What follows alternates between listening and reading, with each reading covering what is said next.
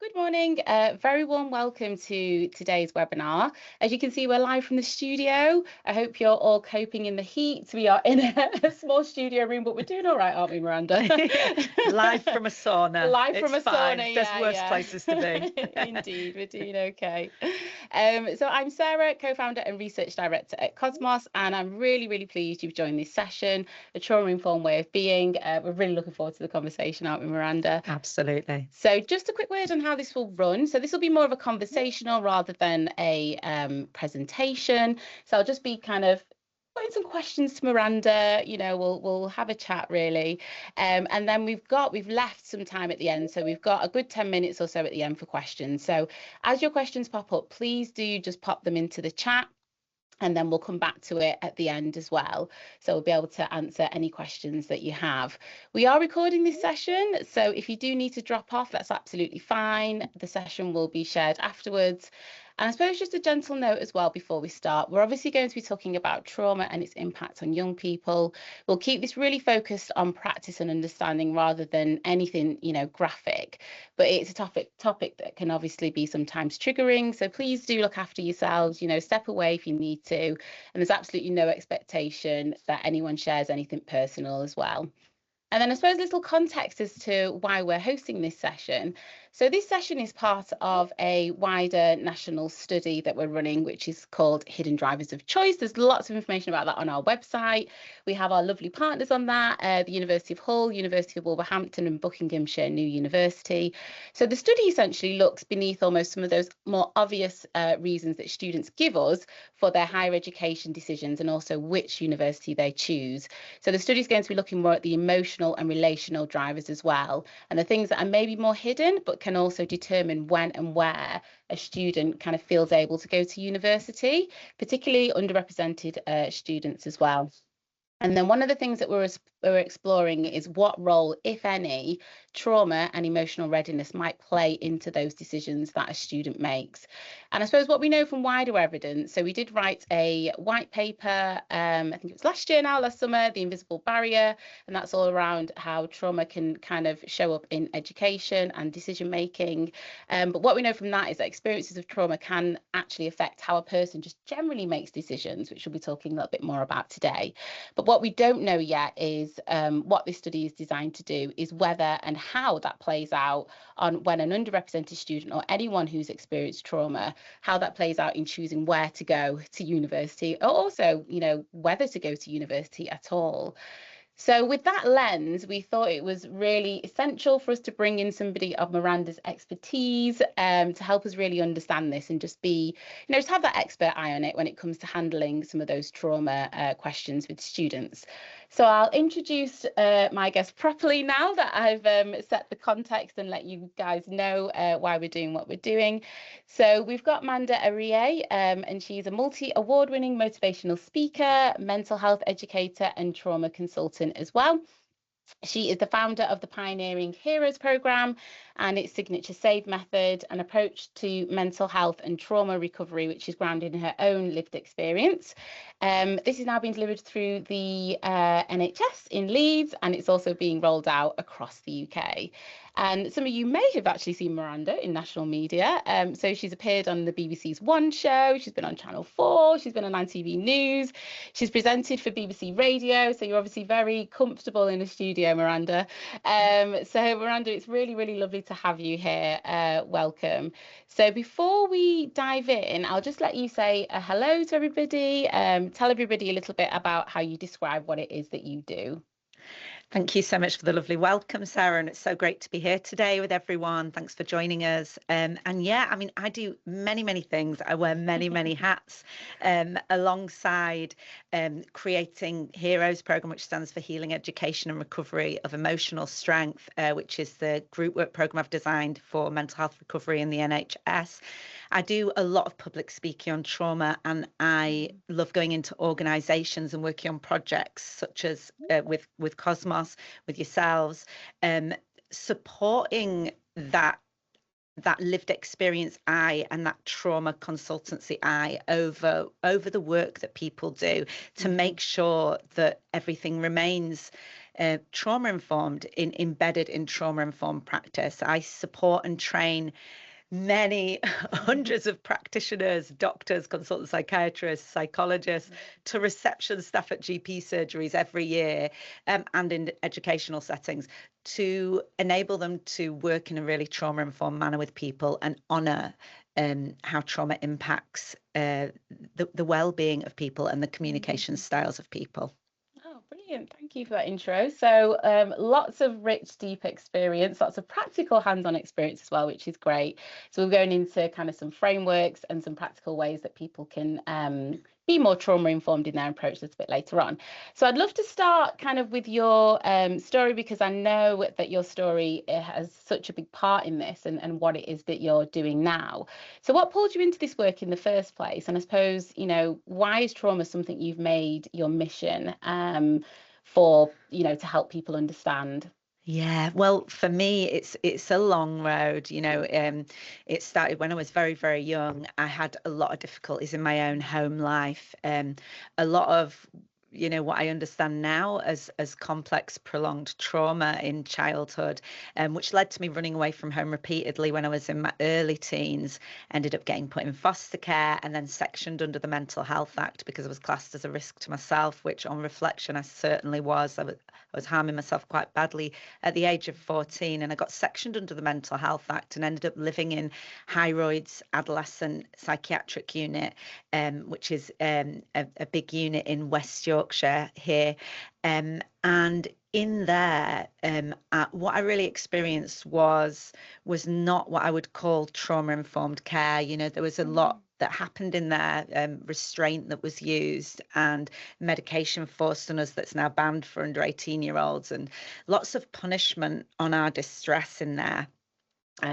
Following coming out of hospital, for which I had a very long stay, I ended up living on my own from the age of 16, and I really was a revolving door. They call it a revolving door patient within NHS mental health services, repeatedly going back into the services and never really finding anything that worked to support my recovery in the ways that I eventually learned later on in my 30s, you know.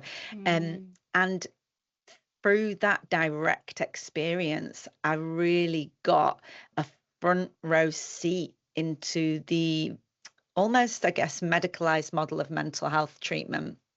And it fired me up with such a passion to want to change things for the better in the mental health system. And really that strayed into all systems, really, not just in the mental health system, but in every single workplace, in every single setting. I believe that this, you know, trauma education ought to be embedded in the school system. So for all human beings, as really trauma-informed practice, as we'll learn today, affects us all. Yeah, definitely. Thank you for that. Thank you for sharing your story. Oh, it's a pleasure. And you mentioned there around it being everywhere, and I think that's definitely apt. It does touch a lot of areas, doesn't it? So I suppose, how prevalent is it? I don't know if there are any statistics about that, or, you know, is it something that's maybe more common than we realise? Yeah, well, I guess like trauma is a very broad word, isn't it? Which I know that we're going to probably tap into today, what that exactly means. But, you know, we are all conditioned as human beings. Trauma is an extreme form, I would say, of difficult conditioning. Fear-based conditioning, but we are all conditioned in certain ways. So to learn around, you know, how we can shift or relearn conditioning that's been damaging for us benefits us all, and holding compassionate approaches with those who have been through difficult developmental conditioning benefits us all as well in wider society and beyond. Yeah, definitely agree with that. And then I suppose we talked about, so the way of being, the title of this webinar you came up with, and I suppose I do love that expression, almost like a way of being. I suppose what's behind that? Was there anything in particular behind that? Yeah, really, because I started out delivering trauma-informed practice training, trauma-informed practice. It's very, very like clinical, very for a healthcare setting kind of thing. I was doing a lot of work in primary care networks in GP settings, and really, I just started to think actually these conversations, knowing how to be trauma-informed, as in not mistaking someone's behavior or presentation for who they are in truth, non-judgment, non-vilification of behavior, and holding that curious, compassionate mind, which, you know, in a nutshell ties up what being trauma-informed means on some level to me. That fits in everywhere. Yeah. It fits in when we experience someone who's got road rage towards us on the street. It fits in when we experience a shopkeeper that we perceive as rude towards us. It fits in with our kids, with our family, with our friends, with partners. Everyone, because everyone's been through something we don't quite know about, and everyone's got a whole internal world that we don't quite know about. So it's really sharing a compassionate, wholehearted way of living, way of being, way of navigating the world, and showing up in authenticity, so that we're able to better connect with everyone. But the precursor to being able to connect with others is also a connection to self, so we can very much be trauma informed with ourselves as well, which I'm sure we could dig into you know, today or in the podcast as well. So for those that don't know, we are going to be jumping onto a podcast after this, but we'll be talking more about those more self-reflective practices that we can embed and do, like you say, just to be a bit more self-aware of our own maybe potential kind of trauma and how we deal with that. So we'll be doing that a bit more, digging into that in the podcast after this. We talked about trauma then. We just tapped on it a little bit in terms of what it means, you know, being trauma informed, being just a bit more, I suppose, what was the word that you just, compassionate, that was the word, compassion, isn't it? But what do we actually mean by trauma? We were talking about this just before, weren't we? So it can be a bit of I feel like it's one of those words that's one of those terms and areas that's a bit of a catch-all, but then still there isn't that almost like depth of understanding or knowledge about what it actually is. You know, what do people most often get wrong about it? What is it? Absolutely. And it's a great question, and it's one that a lot of people feel maybe confused about. You know, a lot of the time on training I'll say, what do we mean by trauma? People will be a bit stumped, like, you know, actually, how do I encapsulate that? For me, and the way I love to share about what trauma means is that trauma is not the event that happened, that is isolated back then. Trauma is a living, breathing wound that we live with, that's embedded in the cognitive belief system, in the psyche of a person, and also embedded and imprinted through the entire nervous system and body of a person as well. And it might look like a set of beliefs that rears its head. And that wound stays with us, okay? That wound stays with us over time. Now, the beauty about framing trauma as a living, breathing wound, as something that someone carries forward with them, almost like a scar. The beauty of framing it like that means that we are dealing only with what is rising its head in the present moment, which means we are able to do something about it when that wound opens in the present moment in the person, because of a trigger, which is perceived faint echoes of the past showing up in our current situation. It's set off, that wound opens. We have an opportunity every time we get a trigger in the present moment to apply ointment to that wound. And we can do that for ourselves, and we can also do that in the way that we relate to others and the way that we're able to connect with others when they're in moments of suffering.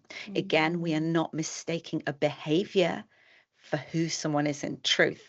We're seeing the wound and the shape of that belief system. And I'll just give a really quick, very simple example that people might understand. If a child has grown up in potentially a very violent home, and that home has felt very, very unsafe, trauma may look like, in the present moment, in an adult presentation for that person, a belief of, I am not safe, playing on repeat everywhere they go. And we create beliefs not only about ourselves, I am, but we also create beliefs about others and the world around us. So it might be playing on repeat, I am not safe. others can't be trusted, others can't be trusted, others are a risk to me, this world cannot meet my needs. And these beliefs are imprinted. Okay. And this person walks forward into the world, they might go to the doctor and they might be classed as, well, they've got generalized anxiety disorder. Yeah. There's nothing disordered about that, if you ask me. There's perfect order to the way we start to develop a way of being in the world. And when we specifically look at complex, prolonged childhood trauma and the way that manifests, I always like to share that there are two main drives that all of us have as human beings, and particularly in childhood, but also in adulthood. And all of our needs fit under two main drives: the drive for survival or safety and the drive for connection. Okay, survival and connection. And I guess trauma, we all have conditioning. We're all conditioned with a certain set of beliefs, both positive in inverted commas and negative in inverted commas. But trauma, difficult developmental trauma, is when those drives for survival, safety, and connection have been threatened repeatedly over time. So there's been a sense of unsafety, and there's been a sense of learning when our parents disconnect from us or not. We're hardwired for this stuff: connection, belonging, approval. What do I need to do to show up as safe? Aren't we, as a human species, aren't we? Yeah. And when we're born, we can't even raise our head up by ourselves. Yeah. We rely on the connection. We rely on the safety. So we're permanently learning as children, how ought I show up to make sure I'm safe in this world? What do I need to do and how do I need to be to make sure I stay connected to those who are meant to care for me? And we're learning. And here we start to see trauma almost as a modification of the self, an adaptation, a way in which we've adapted to the world through these sets of beliefs we've created to keep us feeling safe. And then in the present day, it shows up in all sorts of ways that can damage a person's life and sense of worth. Yeah, thank you for that. That's been so insightful. Just, I loved this, the way you described it as almost this living, breathing thing, because I think with trauma, because there's been almost like an event or a series of events that have maybe happened in the past, it's easy to, I suppose, label that as actually something that's happened. That's something that's happened way back when. Why aren't you over it? It was 10 years ago. But almost it penetrates and it changes our almost physiology, like how our learned patterns of behavior, like how we think, how we react, and then it feels like that's almost then embedded and imprinted in terms of who you are. So I suppose would there be quite a lot of work to kind of disentangle that and pull that back? And absolutely, because it sounds like it's something that gets so entrenched because of the way in which it's embedded within us, that then almost to reverse that, I imagine there's quite a bit of work to do there.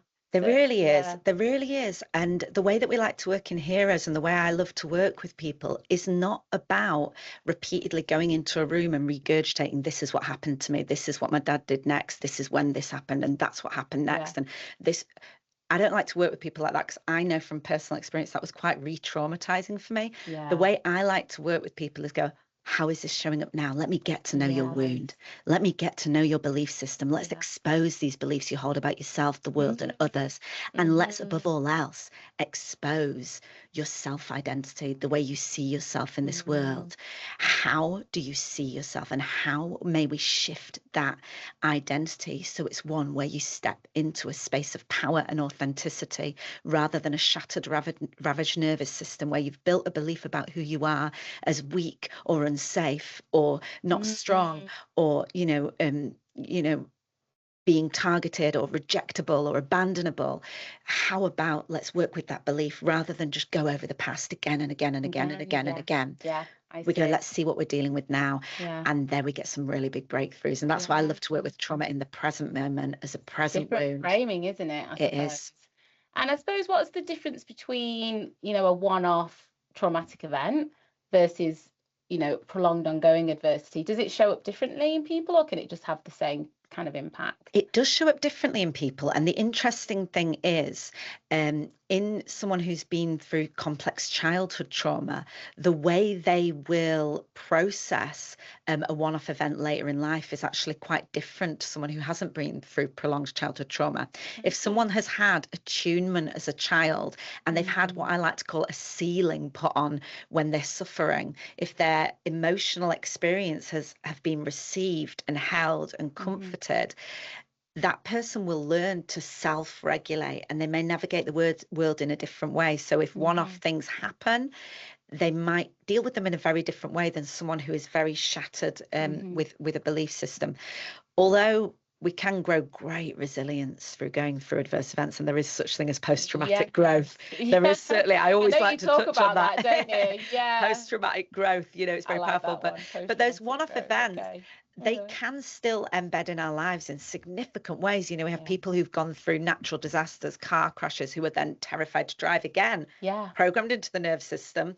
I associate a car with unsafety, did it, whatever it is, they still imprint in the same way, because our body and mind, bless it, it's there to protect us, even if it does it in these quite extreme ways. It's almost like an alarm that's been programmed to go off whenever slight perceived threat because of something that happened in the past is there, and the alarm can go off. So do you necessarily know, as well as I suppose as a person, what that trigger and what that alarm is? Is it something that is happening subconsciously, or is it a case of you thinking, actually, I just don't like this thing, or do you know what I mean? Is it how aware are you of that trigger? Because it sounds like it's so embedded. Is it almost like just an automatic thing that you wouldn't necessarily know what that trigger was? Well, this is the thing. I think that is dependent on the level of work you've been able to do to gain connection with the body.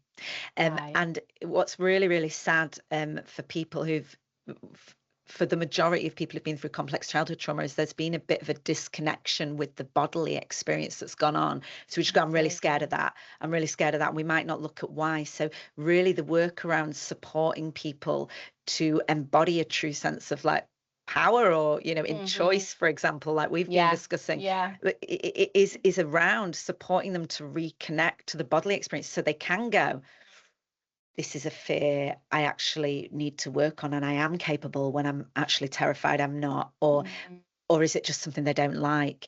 I mean, I can certainly tell when it's my trauma speaking now, but it's taken me a long time.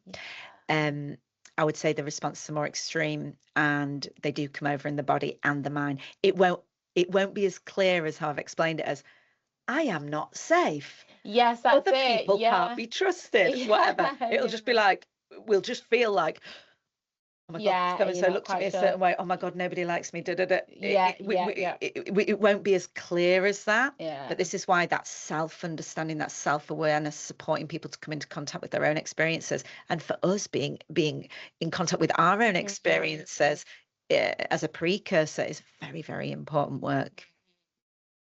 And then when we were writing our paper, on how trauma shapes higher education choices in particular, I think we did conclude almost this reframe and perspective of from people thinking, actually, what's wrong with you, or what's wrong with this student, to what's happened to this student.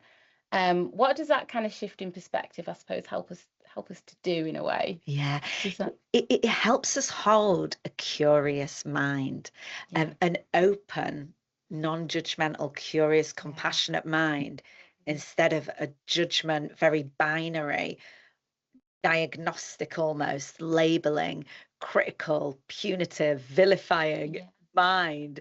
Or it helps us not mistake the behavior or actions or choices we see in young people for who they are in truth, and it therefore helps us to hold belief in them, even when they don't hold it in themselves, which is vital. It's a vital part of trauma-informed practice, which a lot of people don't often speak about, is that we, as we're working with people who may have been through complex, prolonged trauma, and we don't need to know the details of it. I want to make that very clear. We don't have to suddenly become therapists and get pick through all the details.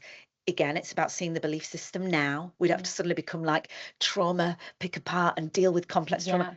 We deal with what's coming up now, and we hold a mind blank of judgment, and we hold belief that change is always possible. We don't try and change or fix or judge someone, but we hold a belief that in that person. And what that does, it's very subconscious and it's very energetic, and it's not woo-woo. I'm not talking in a hippy dippy way here, but that energetic state of being where we don't hold that what's wrong with you mind, their behaviour, I suppose, isn't it? That we came back to the compassion again, like you were saying. It is, yeah. And we don't make it about them. We don't class it as a trait of that person.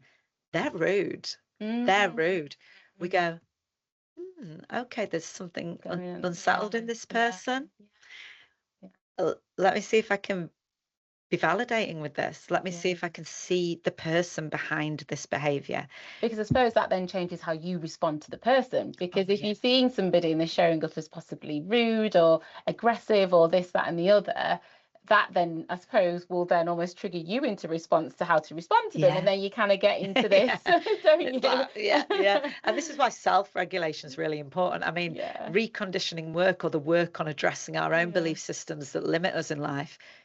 That's why I said at the beginning, like, it's work for us all to do. Everyone to do, exactly. It's work for us all. There's something in all of us that could do with a bit of reconditioning, I would say, you know. True. Unless you're perfect. But, and I'm sure there are some. There's some perfect people out there, but I am definitely not one of those. We're all perfect in our own way. Yeah. We are, that's and we're true. all normal for what we've been through. We really are. Indeed. There's no disorder as such, And then I suppose we've got a lot of educators who have joined here today, so we'll turn it now to that lens. So I'm interested in terms of students possibly carrying trauma, how that maybe shows up for them on a day-to-day. So I know we were speaking earlier that there's different forms of trauma and how it might manifest itself dependent on if a student is a young adolescent versus somebody who's at a different age. So we've obviously got kind of people who will be representing people from schools, colleges, all the way up to university. So it's quite a long spectrum there, but it is, like that absolutely, and there are so many different forms in which that belief system can show up, that wound can show up.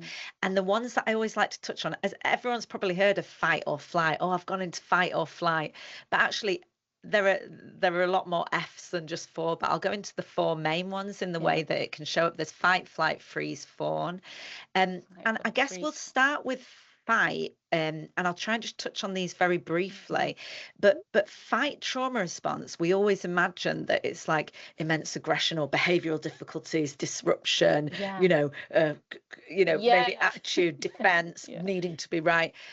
There are a lot of precursor cues to before it gets to that stage that often aren't spoken about when it comes to going into the fight response. And often what fight can look like, I'm going to talk about the early stages because I think these are really, really important to spot in the educational system. So what age then are we talking here? I reckon we'll if we start with that sort of secondary school. If we start with that secondary school lens and then move into young adulthood, I guess. Secondary school, it might show up to start with before things explode up here. It might start with excessive complaining, a lot of moaning. This is still fight responses. It's someone pushing against something, is being threatened in their sense of safety. There might be fear there. There might be distress or threat to connection there, or potentially difficulty with neurodivergence, which we could talk about a bit in a bit. But that over complaining, that moaning, sometimes in secondary school ages and younger, it might even look like someone repeatedly coming, I've got stomachache. Of course, some people might just have stomachache. I want to disclaimer. We don't want to start going, right. Have you really got stomachache? Let's explore the belief system. We don't want to someone that might just need a paracetamol. Okay, but sometimes in young people, particularly if we talk about that idea of being disconnected from the body a little bit more, it might present in like repeatedly talking again and again about something physical. I don't feel well. Because they don't know yet how to put name to that emotional experience of anxiety. I don't feel well. I'm feeling. It might present in physical. Again, not to say they're not feeling that in the body, like a but to sometimes, thing. but sometimes to pick apart how are you doing emotionally at the moment, in a very subtle way, can be very useful to support that self-understanding in a young person. And that's sort of fight. And obviously we know the other, I would say as well, fight, there's mammoth lists I could create about what it might look like, but I'm thinking about common ones. Bullying. Often comes, speaking badly of others. If we're in a place where we're speaking badly of others, trying to ruin someone's reputation, that is a fight trauma response. There's something unsettled in that person. They are not doing so well, because we all know it, don't we? If we're feeling really great about ourselves, if we're really happy, we're really regulated in our nervous system, we're having a really lovely day, happy, we're not going to be going around talking badly of others. Again, I want to talk about these examples where we would judge someone as bad, wrong, rude. There's something going on there where they're unsettled in themselves. So they're examples we might see.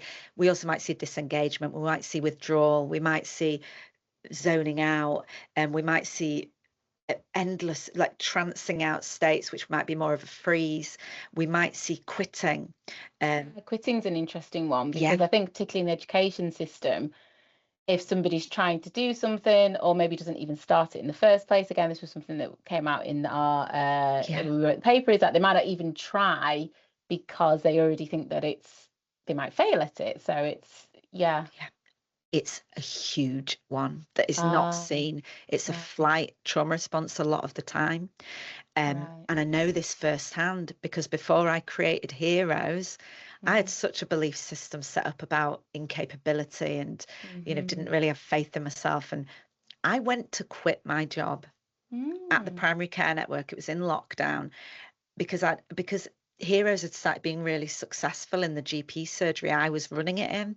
And it got to a stage where other primary care networks started asking for it. Amazing. And my boss went to me, who's an amazing guy, Andy Haig from BHR Primary Care Network here in Leeds. And he was like, Miranda, do you think you could teach other people to run Heroes? Yeah. And I was like, yeah, maybe I could teach other people to do. Went at home that weekend, went back home, and over the weekend I was like, no, absolutely not. Absolutely not. I can't put into words what I've done. No, absolutely not. Went in on Monday, didn't just say I can't do it. I said, actually, I'm going to quit my job and just focus on my one-to-one coaching practice, because I was building my one-to-one. And I was like, actually, I'm not going to do that. I'm just going to leave it as it is. So I'm actually going to leave. I'm giving my month's notice. Wow. Beautiful workplace. Beautiful. I'm still friends with all the colleagues from there. I was having a beautiful time. I went to quit that job. Okay. My boss wasn't having it. He went, okay, Miranda, I hear you. He was like, how about you just come and do 1 day a week? Just give it a shot. He was like, one day a week. If you can't, not a problem, but can you just give it a shot? See if Sarah and Sharon, who were the patient ambassadors, see if you could you just sit in the corner of the room and potentially. So that belief in you pushed you. He saw what was going on.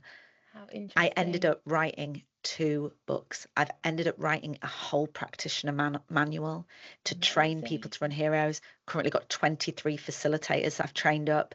There's 7 running it citywide across Leeds. It's available across all the. And I nearly quit. Yeah. So you didn't realise that was happening at the time? It was my belief system firing off. There's no way I believed I was capable of writing books. That is so fascinating. I quit college twice when I was younger. Never went into higher education, never went to uni. And I do wonder now, reflecting, like, wow, what if someone would have come to, in fact, one of my teachers from college did actually come to me in that way, but I didn't perceive it in that way at that time. But yeah, I quit college. The first year when I was 16, I was doing my A-levels at Leeds College of Art and Design. Psychology was one of them. I've ended up bizarrely going to mental health, and yeah, I quit twice, and it was all around, like, I can't. This is not me. I can't sustain this. I can't stick to something. I can't. And I didn't see it at the time. But it's a huge one to look out for. Can we be present with what someone's showing in us and just explore with them, not try and change their mind? Yeah, that's probably an important one, isn't just it? Yeah. An invitation. Yeah. Perhaps just a welcoming, and just not mistaking what they're saying for what they mean all the time. Of course, again, disclaimer, it might just be what someone means. They might just not want to do it. Want to do it. Yeah, but yeah, it's a huge one. Yeah. Okay. So where have we got to? We did fight, flight. There's freeze, which is sort of dissociative, potentially withdrawal. You know, endless scrolling can be one. You know, and then fawn is a very interesting one. Fawn is. I've heard fawn before. Yeah, a lot of people haven't, fawn? and it's one of the most common and very damaging ones as well. Oh, okay. But it's a very socially acceptable one. It's people pleasing. It's an abandonment of the self to please others. So we might see, and this is a very important one, I reckon, in the educational setting, particularly in secondary school and in university. It's a very, very interesting one, because it's very socially acceptable, but it's someone abandoning their own needs for the needs of others, saying no when they mean yes. It might present very good girl complex, high masking, and it's not sustainable. No, that's the difficulty here. Yeah, it's not sustainable. You know, it's someone just completely overriding their own needs to make sure everyone's okay, or and it might come across like the most, you know, it's a very socially acceptable one compared to like throwing over a desk or whatever. You know, but that is one to watch out for, to check in 100%. With those students that you might perceive, because it could be a high masking individual there that might not be feeling good enough. So it's one to watch out for on a subtle lens. We did speak about this on a different podcast. So this was one that we did. So shout out to Helen Lord. I think she might be here, and Gemma Kay for here. So the seeds of the Hidden Drivers project and the whole trauma angle came from that podcast. And in there, I do also talk about me being almost like a self-confessed people pleaser. That was definitely something that I really kind of struggled with generally. So I'm recognizing a lot of the things that you're saying there, you know, the abandonment of self and needing to, but it's coming from it's almost like I feel like sometimes it was a subconscious thing. It's almost kind of like, well, actually I don't want to do that thing, but yes, I will do it because I have to kind of please this person. So yeah. And there's a lot under the surface of it. It is definitely one to work with, because it can be really, really damaging. It can be really, it can lead to burnout, and it does come from a bit of a shattered belief system on some level, like, and it's different for everyone, but it can be fear of rejection in there, or like, what if people don't like me? That's scary. Again, a threat to the connection drive. Yes. A threat to that connection drive. Absolutely. This connection might not be stable unless I somehow, you know, martyr myself out, or I'm there for everyone else and make sure everyone's okay. It can manifest, but it's a really difficult one, and that's often, I mean, it's not a sustainable one, and it often, I've coached so many people in midlife who've got to the mid-40s and they're like, oh my God, I've never lived my life for me. Even the university course I did do, I didn't even want to do that, but my parents wanted me to, or, you know, and they're like, oh my God, I'm going to have to start my life again. Press a reset. But fawn trauma response, coping response. Right, thank you so much for that. So we'll just dig into choice a bit more now, then we'll move on to the practical tools, and then we'll hopefully have some time for questions. We've run slightly over, but I could genuinely just talk about this topic all day. It's so fascinating. You've got such a wealth of knowledge, Miranda, so thank you so much for sharing. It's my pleasure. So when a young person is kind of deciding whether university is for them, you know, which one, it's a really big decision.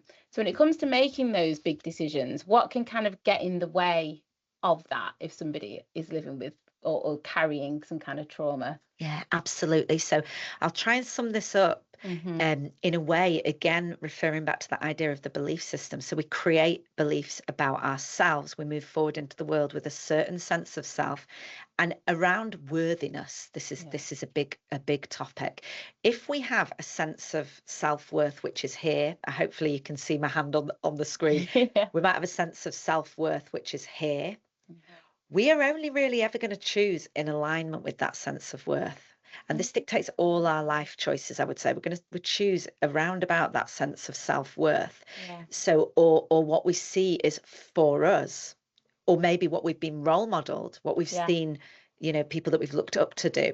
We choose in alignment with that sense of worth. And this can really directly impact on choices that we take in our lives in all areas, but particularly around the education setting. So we might, have people with an inbuilt belief, young people with an inbuilt belief that is not for me. Yeah, we They see might be this with totally underrepresented capable. students, 100%. Oh, yeah. Yeah. They might be totally capable, but they haven't seen someone like them there, whether Yes. it's down to race, whether it's down to culture, whether it's down to level of deprivation, whether it's down to family, whether it's down to accent. We're going deep here into everything.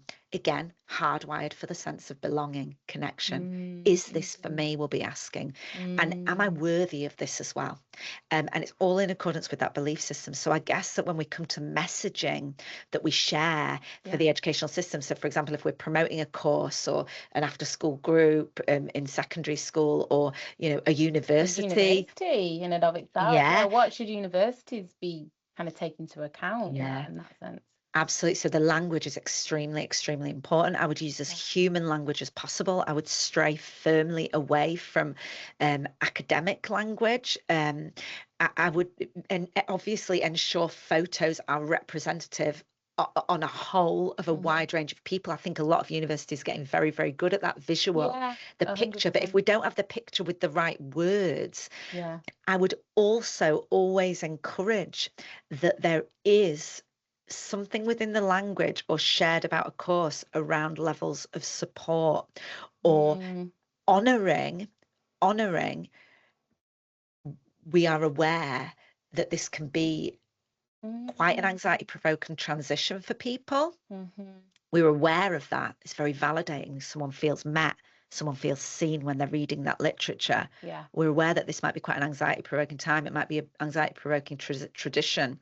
And having an invitation of an open conversation with people, we want to best support you. Sharing your intention in that language that you use within the literature to share about a course, a university, etc. This welcoming language, that is trauma-informed practice in action, trauma-informed language that is used. And it's often so subtle. Yeah, that's it. It's the subtleties of it. Yeah. So interestingly, I think for us, what we've generally seen is that this isn't to kind of cast shade on universities or anything, because I understand I worked in a university marketing department. So I understand that generally when you're talking about courses, you have to be very positive, you have to be very optimistic, you have to be kind of like, come and make your mark here and come and like make your stake and all of this. And I suppose there's the assumption there that the students are feeling very confident in the choice, they want to go to university, and it's almost about, right, what are my next steps now? And I think for me, that's something that I had seen almost in language, in the marketing, is that it's coming from that place, from an assumed place that the student is at. So oh yeah, what are your thoughts on that? I'm so glad you shared that, Sarah, because we need to take that right down a notch. Because seeing literature like that for someone with a shattered nervous system, shattered belief system about themselves, and this is motivational, like, hey, make your mark on the world, you're ready to take on they just look and they go, that's not meant for me. I'm not feeling that good about myself right now.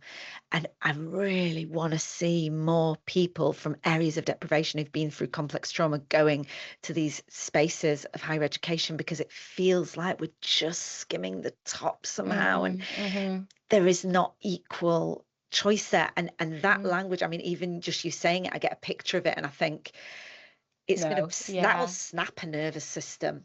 There needs to be a gentleness to the language. There needs to be, and again, thinking about the neurodivergent mind, it just needs to be very clear. This is what the course entails, such and such and that such. We are aware this can be a big time of transition, and there might be unsettling feelings, like we have a great support system here in place. And actually, I'd be as bold, and it might sound a bit radical, I'd be as bold to even say, we really want to make sure that everyone feels welcomed here. We really want to, setting an intention. There's something about communicating. This is what this is how we invite you in. This Yeah. is how we welcome you. This is for you. We want to Rather communicate. than assuming that students feel like they're welcome, Yeah. because I think there's maybe an assumption that every student feels welcome in a way. And obviously that's not to say that there are some students who generally are, very confident, that, they know what they want to do, and when they're going out into the world, and they are at that point, that there are a lot of students that are at that point, but I suppose it's the ones that aren't. It's trying to serve them and communicate to them. And the ones that do feel ready, that will resonate with them anyway, because they'll feel like they just want to do the course. Yeah. We haven't got to the neurodivergent part, have we yet? We'll come back to we can come back to it or talk about it in the podcast. We'll come back to that in the podcast. So there will be a podcast released after this where we'll be talking to Miranda on some deeper issues that we've fleshed out here today. Just conscious I want to leave some time for questions, but just a couple more then before we go into questions. So if you do have questions, please start typing them into the chat now, and then I can start kind of firing them off to Miranda once we've finished. So from the qual phase of the project that we've done, which we're obviously now in the quant phase, we're just finishing the survey. So thank you very much for your input on that, Miranda. So Miranda cast her eye over that. What we saw for many students, overwhelmingly so, is that the transition of going from here to university was just so overwhelming and daunting for students. I was actually quite overwhelmed myself doing the discussion groups and running them with students, and just seeing, the fear almost that they had about this transition. A lot of them just weren't ready. A lot of them were talking about things like, what if I'm late for class? What if I don't know where I'm going? What if I fail? What if there's a fire? These are all genuine kind of concerns that students were vocalizing, and you could see that it was real for them. And then, when I kind of asked where it came from, almost kind of a little gentle nudge on that, they couldn't really answer the question. So it wasn't almost like this validated, they didn't have evidence for the way they were feeling. It was almost just, well, what if this happens? What if that happens? And then because of that, what we were seeing is that a lot of the students actually wanted to retract, not leave home and go to university. A lot more wanted to commute because of that feeling of safety, being close to the family, being close to familiar environment, and not wanting to actually move out and go to university. So that's generally what we saw from the qual phase. We'll look to see if we can validate that and how that comes through in the quant phase. But from those students, we were seeing that real fear of transition. What can you kind of speak to that a bit? And yeah, absolutely. And I just think to start with, to say that welcoming those questions and welcoming those conversations is a vital precursor in any application phase. Welcoming that, for that to become part of the norm is so important. These conversations that you're having on this project, it's amazing practice to be doing that with young people. And I guess I could just touch on here neurodivergence. Of course, we have belief systems. We have, for example, some people might just be way more hypervigilant. Some people might be way more hypervigilant to these what ifs. They've got a nervous system set up around, for whatever reason. And it doesn't always mean they've had like a super traumatic childhood. They might just be really hypervigilant because they've got into trouble at school. Trauma is not always something seen to happen to us. Sometimes it's the absence of growing up of a certain race, that you're the only kid in your class of that race, or deprivation, not having the right bag and shit. There's so many wider implications of what we look at when we see trauma. It's not always in the childhood home, that create this hypervigilance, and I guess to allow space and room for these conversations to happen within that transition phase. And we also do, and I'll just touch on it quickly, we do have to honour that a lot of people are diagnosed or undiagnosed neurodivergent. And for people with potentially ADHD and autism, particularly autism, that transition might feel really even more challenging. And there are so many people who are undiagnosed. It's people are speaking about it left, right, and centre, which is brilliant that topic's coming to mind for so many people. So I guess to honour neurodivergence in these processes is absolutely crucial as well. It really is. And again, holding those conversations. So one conversation, so we did promise people some kind of tools or frameworks to take away. So obviously we've got the audience of practitioners, educators listening. So, what can they start doing so safely? Obviously, I'd really love to get your framework that people could start implementing. And I know you've spoken about trauma-informed conversations, how to hold a trauma-informed conversation. Can you talk through that? Absolutely, and I'm happy to share this with you afterwards. If we can share it. I've got worksheets on it. If I could share that with you, Sarah, if you pass on or whatever. We'll share that out. I will share very quickly 3 steps to holding a trauma-informed conversation. This can be used in any rupture you have. It can be held with a student coming to you with concerns, questions, queries, or it could be held with your kids. It could be held with anyone. Step 1, meet them where they're at. Someone's experience cannot be wrong. Okay. Even if someone's coming to you, you did this, their experience of that cannot be wrong. Their perception of that cannot be wrong. So to hold that open mind, and we meet them where they're at. Step number 1. The key word here is validation. Validate, validate, validate. We will not be able to get anywhere if someone's in fear, anger, fight, flight, freeze form, whatever, and we're speaking to them about their feelings. Step number 1, validate. Okay. And what might that look like? Validation. It might look like, oh, I get that you would be afraid.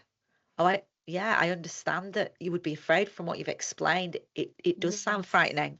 You're scared of being late to class. Yeah, that can be a really frightening thing, can't it? I totally get that.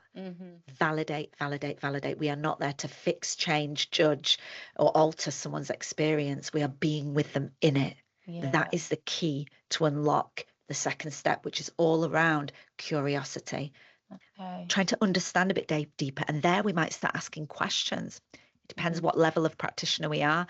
Again, we don't want to start digging into someone's trauma. We might feel comfortable that, we might not. Could ask questions. Where do you think this comes from? What are you afraid of happening when you're late? Like, can you, what is the risk there for you? We might start just understanding. Here we're sharing an intention that we are listening to understand. That is truly hearing someone. It's not just taking information. It's going, I'm interested. And what it communicates in terms of speaking with someone, particularly who's got a fear-based conditioning, what it communicates is, you're important. You're important to me. Your experience is important to me, and I'm interested. Okay, so that's the second step, curiosity. The aim is to understand. And then 3, we go about our duties. We don't have endless hours to sit with someone and talk. And this is why I put in this third step. I was working with people in busy GP practices, but it works in any setting. The third step is to carry out the intended duties. It might be to fill out a form. It might be to signpost. It might be to go on to the next steps. And at this stage, we might want to say, I'm aware we only have 10 minutes left. I'm aware if we've done those first 2 steps well, the validation and the curiosity, the aim to meet them where they're at, and the aim to understand, that third step will happen quite swiftly and without someone feeling they're being disregarded. They've been met, and we can move on. Right, action. This is what we're going to do to action. We don't just go, oh, I'm scared of being late to class. Okay, well, we'll make sure we put in a place, No, the third step is solution focus. Okay, so that third step is the solution focus. We validate, we understand, and then we go, okay, how about we look now at solutions? What's going to help? Or how about, would it be helpful to signpost? We don't do that first. That's the key. I see, because sometimes you jump to try and fix or, solve the problem. Or And what that does to someone who's been through complex, prolonged trauma, or any human being, is it puts a hand up. And says that their experience isn't important, so we're welcoming in. And if these 3 steps are done well, a conversation could be very swift as well, and we can still carry out our intended duties while at the same time honouring and holding a very safe relating experience for that person. Lovely. Thank you so much. You're welcome. I have had a GP once saying to me, "Oh God, Miranda, that saved my marriage." Literally. I went back into the practice and was like, that saved my marriage. I validated my wife, and I did that, this and this, that. And I was like, oh, okay, here we go. Trauma-informed practice in action. Here we go. Exactly. It's for everybody. Yeah. So I'm going to jump to the questions now, because I've seen we've got a few coming through. So let's have a look. So we do have Louise Hodder, who said, do you have any advice or materials about working with autistic students who've experienced trauma within school? So we kind of spoke a little bit about autistic students there, didn't we? But yeah, absolutely. I would say because there's so many varying forms of autism. We have some people who are non-verbal with autism. We have some people who are women with high masking autism, which is, growing up undiagnosed neurodivergent or neurodivergent in general is a trauma in itself. It really is. Even with all the best will in the world of kind, loving parents, etc., it can be very traumatic growing up as neurodivergent. I myself have ADHD diagnosed later on in life. So I guess it would be about tailoring those tools to that exact student and knowing what their needs are in that situation, because they can vary so widely in that realm of autism. Yeah, I'm more than happy to. I am more than happy to, if my email is shared, answer questions or share worksheets if someone did want further information, because I guess I'd need to know what exactly these autistic, the age of them, and how that has presented for them in schools. Because for some autistics, it can be very dramatically different to someone with high masking autism who's been very mute at school, good girl, or different. Yeah. Thank you, Miranda. Thank you for that. So we will share that, Louise. And then we do have Alice Jones, who I'm a coach to a large group of students, and one of them hasn't engaged with university very much this academic year. They've booked meetings to see, haven't turned up, but then explained their situation via email and has asked for further support. I've offered this support multiple times, and although they don't seem to have engaged with this, I'm still trying to see if there is anything further I can do. So what advice do you have for how I may be able to help them? So I'm able to give them, the chance to make the right decision about what might be best for them at the moment. So that's interesting. That really touched on what we said, didn't we? So lovely. What's the name of this person again? So this is Alice. Alice, first of all, I would say that's just so beautiful what you're doing. I just think that's so gorgeous that you're not just classing this person as they're hard to engage, because you're still there trying to engage. You really want to help, and it comes across in what you're saying. I really want to help, and you're still reaching out. That is so beautiful. So yeah, first of all, you're doing a great job, even if there's something, a barrier there at the moment. What I would say again is instead of trying to get that person to come in, again, try and alter what they do, or trying to get them to engage, I would encourage the start of a conversation such as, I don't want to put any pressure on you, but I would just love to really understand where you're at right now and to have an open conversation with you. My intention is, like we just said in that trauma-informed conversation steps, I'd really love to understand what's going on for you with absolutely no pressure, because I know there's always a reason behind someone disengaging, and I just want to understand that. And I wondered, could we have a conversation on that, without the focus even being to get you to engage? So taking down anything that we want that person to do, because the pressure there can sometimes overload a nervous system, if that makes sense. Yeah. So open the conversation more widely as like a human one. Oh, how can I connect with you on what's going on here? Yeah. Without any pressure. Yeah. I love that. Thank you, Miranda. And then we do have somebody else, one more. So we have Irma Jane. So KMPF is holding a SEND transition event on Wednesday, a conference with a roundtable discussion after lunch, trying to reduce barriers in transitions. What would be the main priorities for the delegates to consider? I would say the uniqueness of every single person with special educational needs, for sure, because sometimes models can be quite prescriptive, and really it's about ensuring that we have enough people working in these settings to directly consult with each person, having those conversations. I know it sounds really challenging, because obviously we're like, oh my God, well, we've only got 3 people and we've got this many students or whatever. As much as possible, this understanding of each person as a unique individual, I think, is very, very, very important when it comes to special educational needs, because we are all so different as human beings. And those educational needs can show up in thousands of different forms. What's right for one will not be right for the other. So I would say that would be important as a part of that conversation. How can we best make sure we do that and be directly influenced by the needs of our learners, rather than us making those decisions? I'm sure that's happening already in what you're doing. But yeah, if that makes sense, Thank you so much, Miranda. So I will stop there because we are bang on past. Yeah, if you have any other questions or anything else, please feel free to send them through. We will send around some resources and materials and share Miranda's email as well. But thank you so much. It's been an absolutely amazing conversation, so insightful, lots of kind of practical things to take away for me personally, to be honest, some things, how to hold these conversations. And I suppose for everyone here, this session is obviously part of our wider Hidden Drivers of Choice work, and we'll be sharing much more as the study develops. Miranda is working with us on that. The recording will go out to registrants as well. So as I mentioned, if today's topic resonates, please look out for our podcast. And yeah, please do connect with Miranda and myself. You're on LinkedIn, Miranda? I am indeed. Yeah. And I'm always open to DMs or emails if anyone has any further questions or needs any further guidance in any way. Yeah. Fabulous. So thank you all so much for joining. Take care of yourselves and have a lovely rest of the day, everybody. See you later. Bye. Thank you. Bye. Thanks.